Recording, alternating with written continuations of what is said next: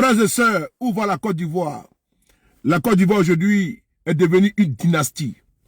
Le monsieur que vous voyez, il s'appelle Téné Birama Ouattara.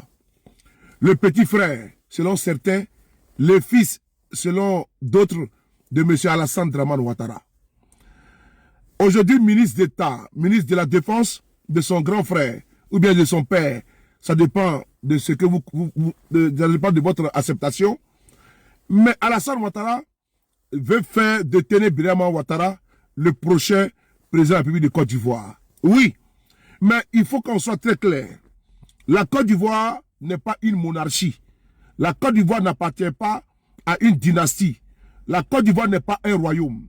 Et M. Ouattara doit le comprendre, doit le savoir. Après avoir braqué le 3e mandat, le 4e mandat, très affaibli.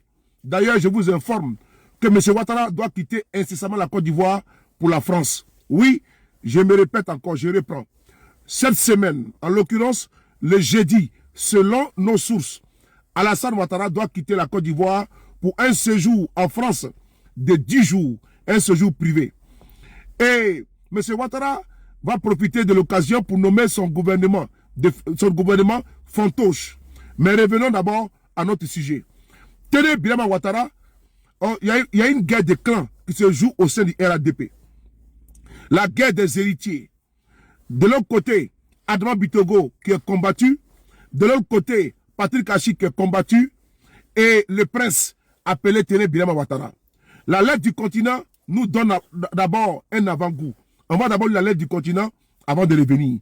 Mais ils veulent chasser Bitogo du perchoir et positionner Téné Birama pour qu'il devienne le prochain président de l'Assemblée nationale de Côte d'Ivoire afin de pouvoir changer plus tard la constitution pour que le Dauphinat revienne à Téné Birama Ouattara. Oui, Alassane Ouattara, qui est aujourd'hui très affaibli, va diminuer les pouvoirs du vice-président et va maintenir, comment dirais-je, Begré Mambé au premier ministère et va bombarder son petit frère comme président de l'Assemblée nationale de Côte d'Ivoire et changer la constitution pour que le jour que Alassane Ouattara meurt, son petit frère puisse prendre le pouvoir d'État. C'est dans ça que nous sommes. On va lire la lettre du continent. C'est très important.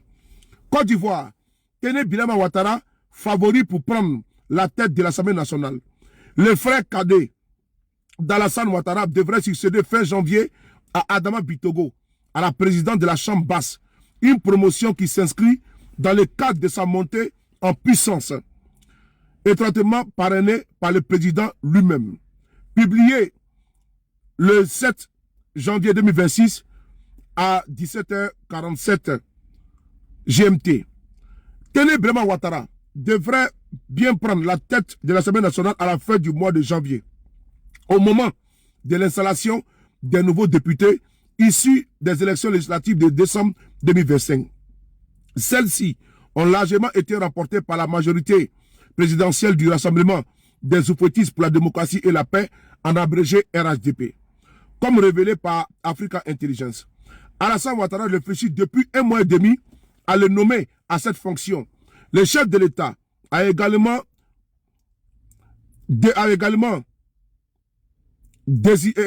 hésité à désigner son frère cadet à la primature.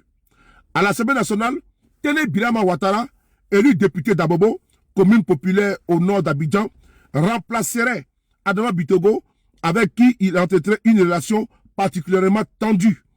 Depuis plusieurs mois, ce dernier est dans le collimateur d'une partie de l'entourage présidentiel, inquiet de ses ambitions dans la perspective de la succession d'Alassane Ouattara, la guerre des héritiers.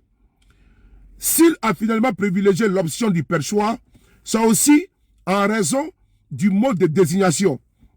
Le président de l'Assemblée nationale est élu par les parlementaires et pas directement nommé par le chef de l'État.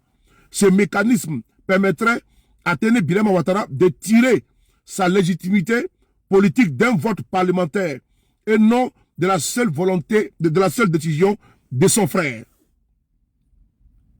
Un reproche qui lui a été adressé par le passé par plusieurs cadres du RHDP. Alassane Ouattara entend ainsi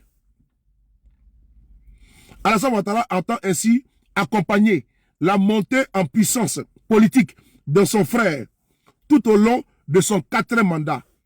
Son accession au perchoir devrait par ailleurs limiter les effets de ricochet sur les autres postes clés de l'exécutif. Le Premier ministre Robert Begue-Mambé pourrait, dans ce cadre, être maintenu à la tête du gouvernement. Affaibli politiquement, le vice-président Thémo Kone pourrait aussi sauver son poste avec des prérogatives moins encore réduites. Le vaste remaniement attendu devrait intervenir fin janvier ou début février. Une fois la nouvelle Assemblée nationale installée. Alassane Ouattara prépare par ailleurs une importante réforme constitutionnelle. Le dernier paragraphe nous dit tout. Alassane Ouattara prépare par ailleurs une importante réforme constitutionnelle. Maintenant, c'est quoi cette réforme-là?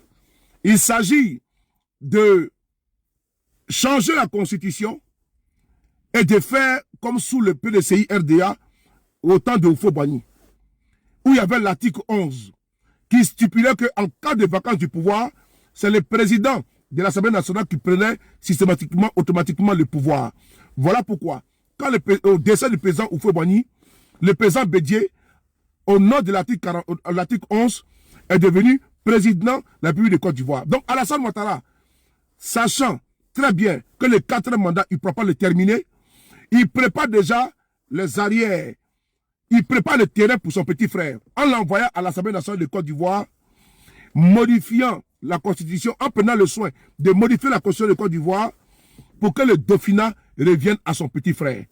Au cas où Alassane Ouattara disparaîtrait, c'est Téné Birama Ouattara qui va prendre le pouvoir en Côte d'Ivoire.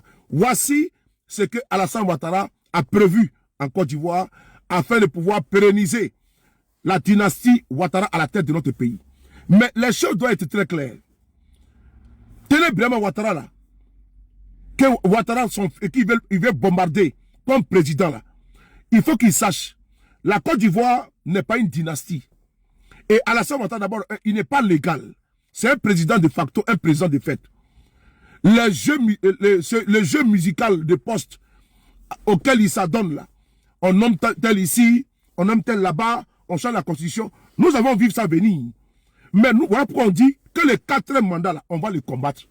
Parce que le 4e mandat, comme l'a dit Téné Birama lui-même, ils ont supplié Alassane Ouattara de se présenter. Dans une interview, Téné Birama Ouattara a dit qu'ils ont supplié Alassane de se représenter. Et donc ce 4e mandat-là, c'est pour bombarder son petit frère.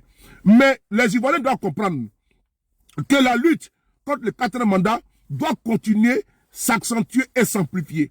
Si on ne se lève pas, on ne se dresse pas, le clan Ouattara...